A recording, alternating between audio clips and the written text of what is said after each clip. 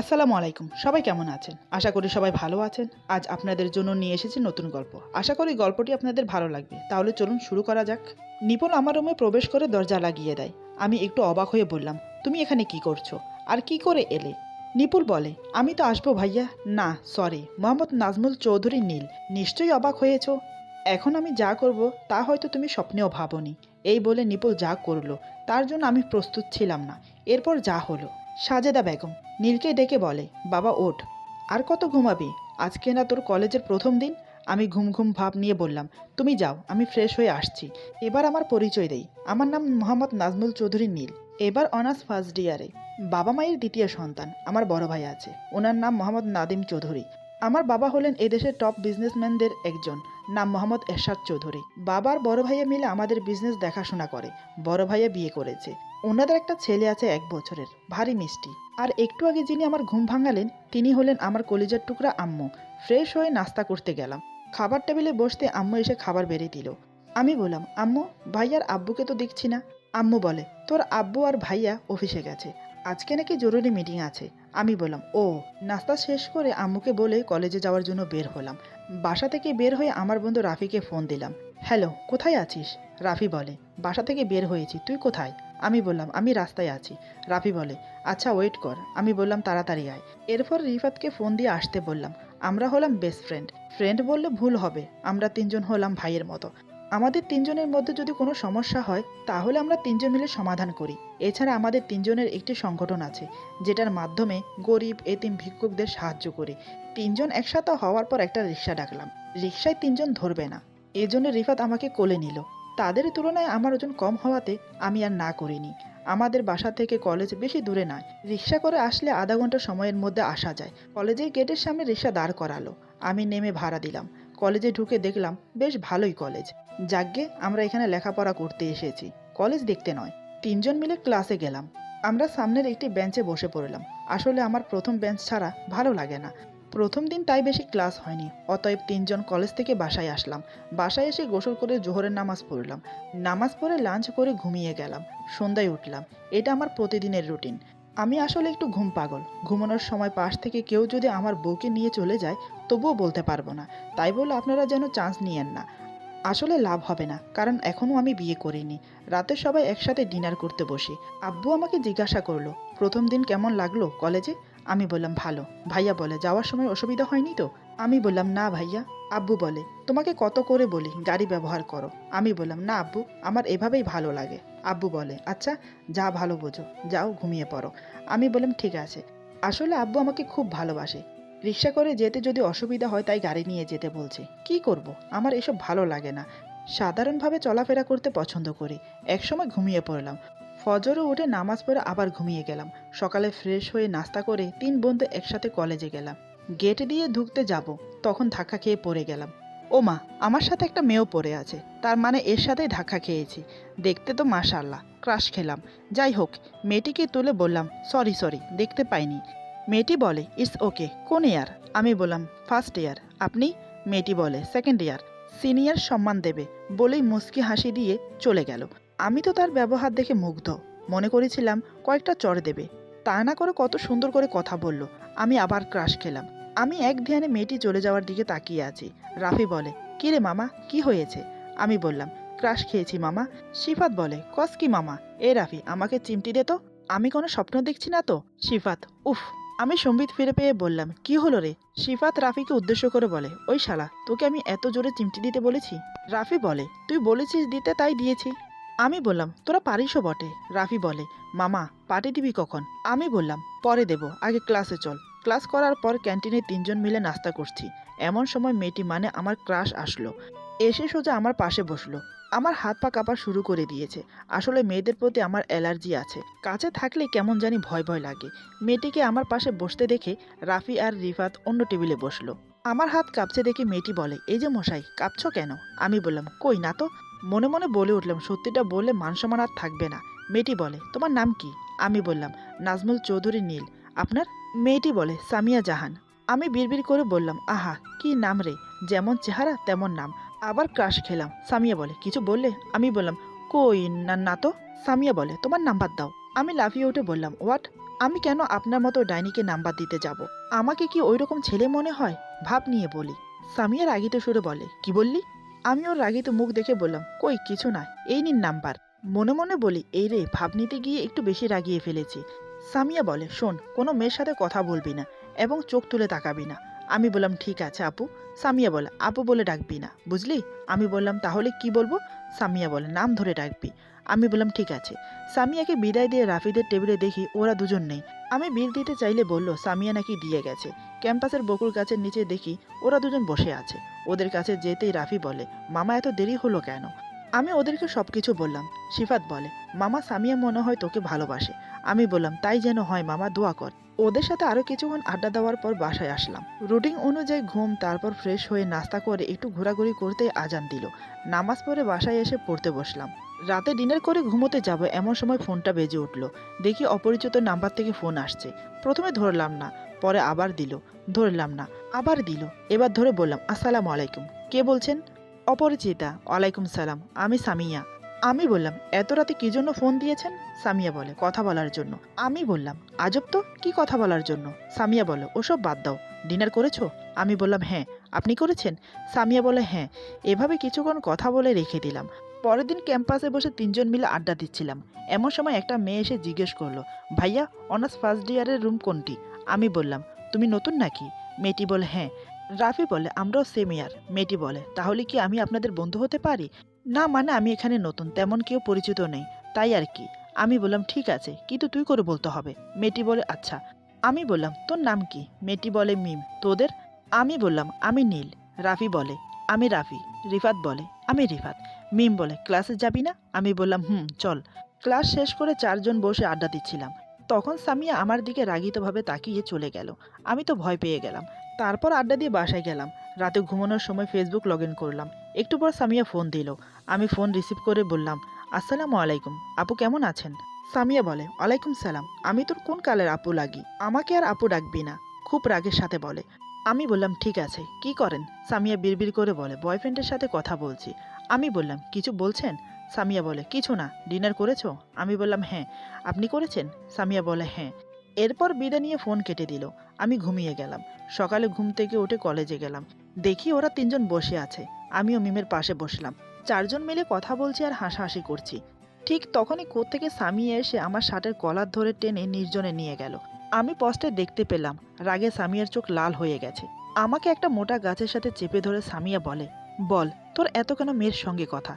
কই, আমার সাথে তো হেসে হেসে কথা বলিস না? আমি বললাম, আপনি আমার কে যে আপনার সাথে কথা বলতে হবে? আমার কথায় সামিয়ার মুখ নিমেষেই মলিন হয়ে গেল।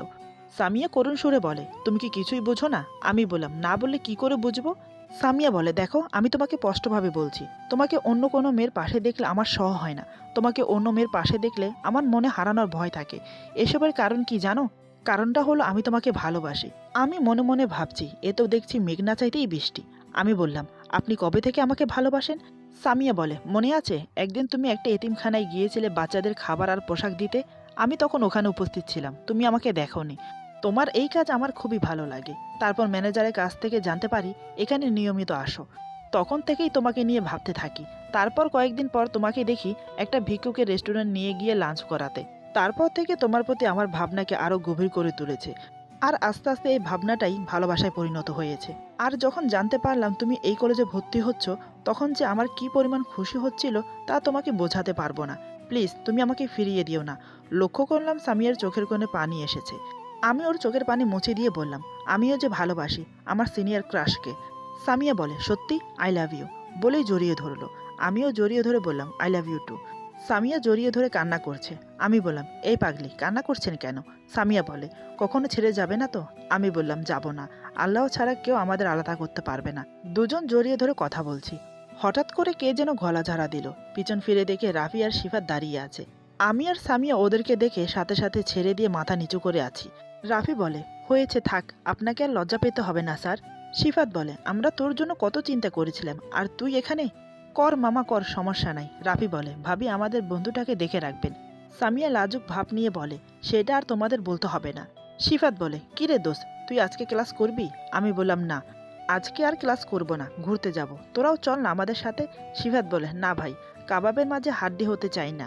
অন্য এক সময় যাওয়া যাবে, এখন তোরা দুজন ঘুরে আয়, এই বলে ওরা চলে গেল। আমি সামিয়াকে বললাম, চলেন পার্কে যাই। সামিয়া বলে, এখনও কি আপনি করে বলবে? তুমি করে বলো না। আমি মুচকি হেসে বললাম, ঠিক আছে চলো। সামিয়াকে নিয়ে একটা পার্কে আসলাম। কোনোদিন কোনো মেয়ের সাথে আসিনি, নিজেকে কেমন কেমন মনে হচ্ছে। সামিয়াকে নিয়ে অনেক ঘুরলাম, ওকে ওর বাসায় রেখে আমি আমার বাসায় আসলাম। রাতে শুয়ে আছি, তখন সামিয়া ফোন দিল। ওর সাথে কথা বলে ঘুমিয়ে গেলাম। লেখাপড়া করা, আড্ডা দেওয়া, সামিয়াকে নিয়ে ঘোরাফেরা করা, এভাবে চলে গেল 1 বছর। সামিয়া আর আমার ভালোবাসাটা অনেক গভীর হয়েছে। আমাদের সম্পর্কের ব্যাপারে দুই ফ্যামিলি জেনে গেছে। আমার ফ্যামিলি সামিয়াকে পছন্দ করে, সামিয়ার ফ্যামিলির সবাই আমাকেও পছন্দ করে। তবে তার আগে আমার ব্যাপারে সব কিছু খোঁজ নিয়ে দেখেছে, আমি ছেলে কেমন, পড়াশোনা কেমন, চরিত্র কেমন, ইত্যাদি ইত্যাদি। তবে পড়াশোনা কমপ্লিট হওয়া ছাড়া এত তাড়াতাড়ি আমাদের বিয়ে হবার নয়। আগামীকাল থেকে আমার এয়ার চেঞ্জ পরীক্ষা। আল্লাহর রহমতে সবগুলো পরীক্ষা ভালোই দিয়েছি। আজকে আমার রেজাল্ট দিয়েছে, আমি ফার্স্ট হয়েছি, আর সামিয়া ওদের ডিপার্টমেন্টে ফার্স্ট হয়েছে। এর জন্য আমাদের বাসায় সবাই খুশি। তাদের কথা যাই হোক, লেখাপড়া ঠিকমতো হচ্ছে তো। আরেকটা কথা, আমাদের রিলেশনের কথা কলেজের কেউই জানে না, শুধু আমার আর সামিয়ার বন্ধুরা জানে। একদিন আমি আর সামিয়া ঘুরতে গিয়েছিলাম অনেক দূরে। জায়গাটা বেশ নির্জন আর মনোরম পরিবেশ, সারি সারি ঝাউ গাছ, পাশে একটা নদী বয়ে গেছে এঁকে বেঁকে। বসার জন্য একটু দূর দূর বেঞ্চ পাতা আছে। দূর বলে এই জায়গাটা তেমন কেউ আসে না, তাই কোলাহল কম, আশেপাশে তেমন লোকজন নেই। আমি আর সামিয়া নদীর পার করে একটা বেঞ্চে বসে পড়লাম। আমি সামিয়ার হাত ধরে আছি। চারিপাশ মনোযোগ দিয়ে দেখে সামিয়া বলে, ওয়াও, জায়গাটা বেশ দারুণ। আমি বললাম, তোমার ভালো লেগেছে? সামিয়া আমার হাত শক্ত করে ধরে বলে, ভীষণ ভালো লেগেছে। নেক্সট টাইম আবার যদি ঘুরতে আসি তাহলে আমরা এখানে আসবো, কি বলো তুমি? আমি বললাম, তুমি চাইলে এখানে কেন, জাহান্নামে যেতেও প্রস্তুত আছি। সামি আমাকে ধাক্কা মেরে বলে, ধুর পাগল, আমি তোমাকে জাহান্নামে যেতে বলবো কেন? আমি যে তোমাকে ভালোবাসি, তুমি জানো না? আমি দুষ্টুমি করে বললাম, কই, জানি না তো। তুমি আমাকে ভালোবাসো? সামিয়া বলে, এখন কিন্তু বেশি হয়ে যাচ্ছে। আমি বললাম, তুমি রাগলে খুব ভালো লাগে। আচ্ছা সামিয়া, তোমার ভয় লাগছে না? এই নির্জন জায়গায় আশেপাশে কেউ নেই, আমি যদি কিছু করে ফেলি তোমার সাথে? সামিয়া বলে, ভয় লাগবে কেন? এই নির্জন জায়গায় তুমি আর কি করতে পারবে? হয়তো আমাকে জড়িয়ে ধরে কয়েকটা কিস করবে। এই বলে আমার কাঁধে হাত রেখে চোখে চোখ রেখে বলে, তুমি আমাকে কি করবে সেটা পরে দেখব, আমি কি করতে পারি সেটা দেখো। এই বলে আমাকে শক্ত করে জড়িয়ে ধরে কিস করতে থাকে, কপালে, গালে, অবশেষে আমার ঠোঁটে আলতো করে কিস করে বলে, কি আরও দেখবে নাকি এতেই চলবে? এই বলে আবার আমার ঠোঁট ও ঠোঁটের দখলে চলে গেল। চোখ বন্ধ করে কিস করেই যাচ্ছে। আমি তো হতভ্রমের মতো চোখ গোল গোল করে তাকিয়ে আছি। মনে মনে ভাবছি, এ কেমন উল্টো দুনিয়ায় চলে এলাম।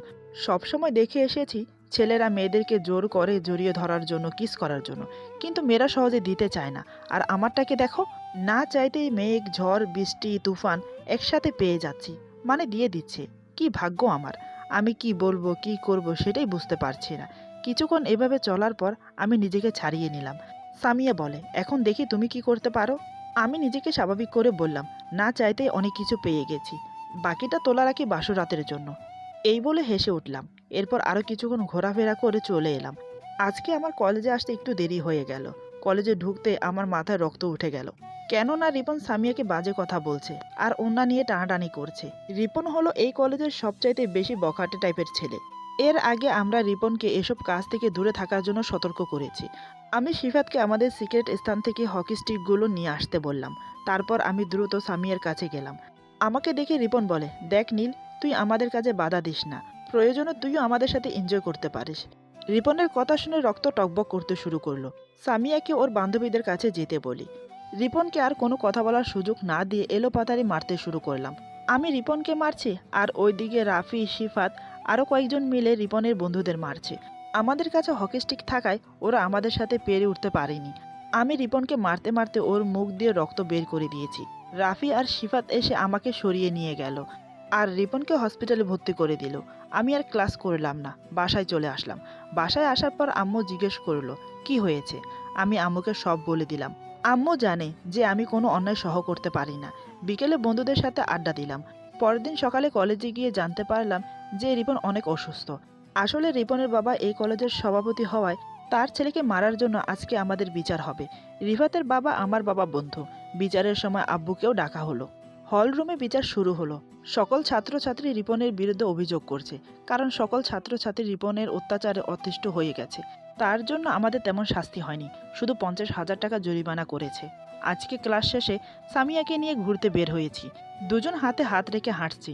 সামিয়া আমাকে বলে, কাল তুমি যদি ঠিক সময় মতো না আসতে তাহলে জানি না কি হতো আমার। আমি বললাম, আমি বেঁচে থাকতে তোমার কোনো ক্ষতি হতে দেব না, শুধু একটা কথা, বিশ্বাস রেখো আমার উপর। তারপর ঘোরাফেরা করে বাসায় আসলাম। এভাবে কেটে গেল 15 দিন। আজকে কলেজে ক্যাম্পাসে বসে আছি, এমন সময় একটি মেয়ে এসে বলে, আমি কি আপনাদের বন্ধু হতে পারি?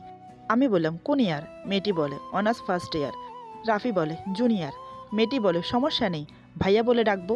আমি বললাম, নাম কি তোমার? মেয়েটি বলে, নিপুল। আমি বললাম, বন্ধু হতে পারবো না, তবে ভাই বোন হিসেবে থাকতে পারি। নিপুল বলে, সমস্যা নেই। এরপর একে একে সবাই পরিচিত হবার পর আড্ডা দিলাম। তারপর ক্লাস শেষ করে বাসায় আসলাম। লাঞ্চ করার সময় আব্বু বলে, নীল, সামিয়া মামুনিকে একদিন আমাদের বাড়িতে নিয়ে আসিস। আমি বললাম, ঠিক আছে আব্বু। এরপর লেখাপড়া করা, আড্ডা দেওয়া, এভাবে চলে গেল আরও 3 মাস। নিপুলের সাথে আমাদের সম্পর্ক ভাই বোনের মতো। একদিন রাতে রুমে বসে আছি, রাত প্রায় 8টা বাজে। বসে থেকে ফোন দেখছিলাম। এমন সময় মনে হলো কে যেন রুমে ঢুকছে। দেখি নিপুল। আমি বললাম, নিপুল তুমি এখানে কিভাবে এলে? নিপুলকে রুমে ঢুকতে দেখে আসলে আমি অবাক হয়ে গিয়েছিলাম, কেননা নিপুল আসবে এ কথা সে আমাকে আগে বলেনি। তারপরও এই সময় আসাটা কেমন জানি সন্দেহ হচ্ছে, তাও আবার নক না করে আমার রুমে। নিপুল মুচকি হেসে বলে, আমি না আসলে কে আসবে? মিস্টার মোহাম্মদ নাজমুল চৌধুরী নীল। আমি আরো অবাক হয়ে বললাম, মানে? নিপুল বলে, মানে না হয় একটু পরেই জানতে পারবে, আগে হিসাবটা মিটিয়ে নেই। আমি বললাম, কিসের হিসাবের কথা বলছো তুমি? নিপুল বলে, মনে আছে তোমার, আজ থেকে 3 মাস 15 দিন আগে তুমি আমার ভাইয়াকে মেরেছিলে? প্রতিটা দিন আমি হিসাব করে রেখেছি। আমার ভাইয়া এখনও বিছানায় পড়ে আছে। তখন থেকে আমি প্রতিজ্ঞা করেছিলাম যে করেই হোক আমি এটার প্রতিশোধ নেব। তারপর থেকে তোমার সাথে বন্ধুত্ব করতে চেয়েছিলাম, কিন্তু তুমি করনি। তুমি বলেছিলে ভাই বোন হয়ে থাকতে। আমিও রাজি হয়ে গেলাম, শুধুমাত্র প্রতিশোধ নেওয়ার জন্য। আমাকে আর কোনো কথা বলার সুযোগ দিল না। এ কথা বলেই নিপুল দরজা লাগিয়ে দিয়ে নিজের জামা টেনে ছিঁড়তে শুরু করলো আর চিৎকার দিতে লাগলো। আমি শুধু নীরবাক দর্শকের মতো দেখছি। নিপুলের কাহিনী দেখে আমি বাকরুদ্ধ হয়ে গেলাম। নিপুলের চিৎকার শুনে সবাই আমার দরজার সামনে এসে পড়ে। বাবা বলে, কি হয়েছে মা, দরজা খোল। নিপুল দরজা খুলে সবার সামনে ওর বাবাকে জড়িয়ে ধরে কান্না করছে আর বলছে, বাবা তোমরা না আসলে হয়তো আমার সাথে বলেই কান্না শুরু করে দিল। নিপুলের বাবার পিছনে দেখছি মা, বাবা, ভাইয়া আর ভাবি দাঁড়িয়ে আছে। বাবা কোনো কথা না বলে সোজা এসে আমাকে ঠাস ঠাস করে 2টা চড় মারলো। আমি বললাম, আব্বু বিশ্বাস করো। আব্বু বলে, চুপ, একদম চুপ, এই মুখ দিয়ে আর আমাকে আব্বু বলে ডাকবি না। নিপুলের বাবা আমার আব্বুকে উদ্দেশ্য করে বলে, ছি ছি ছি, তোকে আমার বন্ধু ভাবতে ঘৃণা হয়। আমার ছেলে একটি মেয়েকে খারাপ কথা বলেছে, তার জন্য তোর ছেলে আমার ছেলেকে এমন মান মেরেছে এখনও বিছানা থেকে উঠতে পারছে না। আর তোর সেই ছেলে, ছি। আব্বু বলে, বন্ধু আমাকে মাফ করে দে, আমি ওকে মানুষ করতে পারিনি। আমি বললাম, আব্বু আমার কথা শোনো। আব্বু বলে, তোর কোনো কথা শুনতে চাই না, তুই বাসা থেকে বেরিয়ে যা, আজ থেকে আমাদের একটাই ছেলে। আমি কান্না করতে করতে আম্মুর কাছে যেয়ে বললাম, আম্মু তুমি তো বিশ্বাস করবে। আম্মু বলে, তোর বাবা তোকে কি বলল শুনতে পাসনি? আমি ভাইয়াকে বললাম, ভাইয়া তুমিও আমাকে ভুল বুঝবে। ভাইয়াও আমার থেকে মুখ ফিরিয়ে নিল। আমি দৌড়ে গিয়ে আব্বুর পা জড়িয়ে ধরে কান্না করতে করতে বললাম, আব্বু আমাকে বাসা থেকে বের করে দিও না, আমি তোমাকে ছাড়া বাঁচব না। আব্বু আমাকে লাথি মেরে ফেলে দিয়ে বলল, তুই যদি বাসা থেকে বেরিয়ে না যাস তাহলে আমার মরা মুখ দেখবি। এতক্ষণ ধরে যে কথাগুলো শুনছিলাম সেই কথাতে যতটুকু কষ্ট পাইনি, এই একটা কথাতে তার চেয়ে শতগুণ বেশি কষ্ট পেয়েছি। আমি বললাম, আমি তোমাদের কাছে এতই ঘৃণার পাত্র হয়েছি, যার জন্য আমি বাসায় থাকলে তোমাদের মরা মুখ দেখতে হবে? বেশ, আমি চলে যাচ্ছি। তবে আফসোস, তোমরা যেদিন তোমাদের ভুল বুঝতে পারবে সেদিন খুব কান্না করবে। এর থেকেও বড় আফসোস, সেদিন তোমরা আমাকে খুঁজে পাবে না। ভালো থেকো সবাই। বলেই আমি বাসা থেকে বের হয়ে দরজার কাছে এসে ভাবিকে বললাম, আম্মুকে দেখে রেখো আর এই অদমকে মাফ করে দিও। ভাবি আমার কথা শুনে অঝরে কান্না করতে লাগলো। তারপর নিপুলের দিকে তাকিয়ে বললাম, এই যে মিস নিপুল খান, আপনি খুব ভালো অভিনয় করতে পারেন। যদি অভিনেত্রী হিসেবে যোগদান করেন তাহলে সেরা ওয়ার্ল্ড পেতে পারেন। ভালো থাকবেন, আর পারলে এই ধর্ষককে ক্ষমা করবেন। বলেই একটা অট্টহাসি দিয়ে বাসা থেকে বের হয়ে আসলাম। বাসার বাইরে এসে ভাবছি, কোথায় যাব, কোথায় থাকবো, কি খাবো। না, এসব ভাবলে হবে না আমার। আমাকে প্রতিষ্ঠান হতে হবে।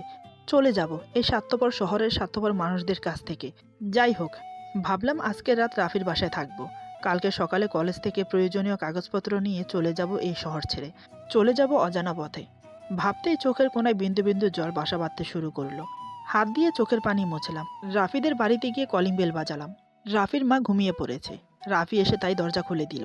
এত রাতে আমাকে দেখে একটু অবাক হলো। তারপর বলল, কি রে, এত রাতে তুই এখানে? কি কোনো সমস্যা হয়েছে নাকি? আমি ওকে কিছু না বলে শক্ত করে জড়িয়ে ধরে কান্নায় ভেঙে পড়লাম। রাফি আরো অবাক হয়ে বলে, কি রে, কান্না করছিস কেন, কি হয়েছে বল। বিস্তারিতভাবে রাফিকে সব খুলে বললাম, এমনকি এই শহর ছেড়ে চলে যাব সেটাও বললাম। সে আমাকে বাধা দিল না, আমাকে সান্ত্বনা দিয়ে বলল, দেখবি একদিন সব ঠিক হয়ে যাবে, এখন চল ভিতরে। দু চোখ বন্ধ করে ভাবছি কি হয়ে গেল আমার জীবনে। শুধু একটা সন্ধ্যার মধ্যেই সব কিছু পাল্টে গেল। সামিয়া কি আমাকে বিশ্বাস করবে নাকি দূরে ঠেলে দেবে? ভাবতেই বুকের ভেতরটা মোচড় দিয়ে উঠল। কোনো রকম রাত পার করলাম। সকালে কলেজে গিয়ে সামিয়ার মুখোমুখি হলাম। ততক্ষণে পুরো কলেজ জেনে গেছে কাল রাতের ঘটনার ব্যাপারে। আমাকে দেখে সামিয়া যা করলো তা দেখে আমি পাথর হয়ে গেছি। আমি যেন নড়তে পারছিলাম না। এরপর যা হলো, আজকের গল্প এখানে সমাপ্ত। গল্পের বাকি অংশ পেয়ে যাবেন আগামী পর্বে। আশা করি গল্পটি আপনাদের ভালো লাগবে। যদি ভালো লাগে তাহলে লাইক, কমেন্ট এবং সাবস্ক্রাইব করে আমাদের পাশে থাকুন। পাশে থাকা বেল আইকন প্রেস করে দেবেন, আমাদের নিত্য নতুন ভিডিও আপনাদের কাছে পৌঁছে যাবে। সবাই ভালো থাকবেন। আল্লাহ হাফেজ।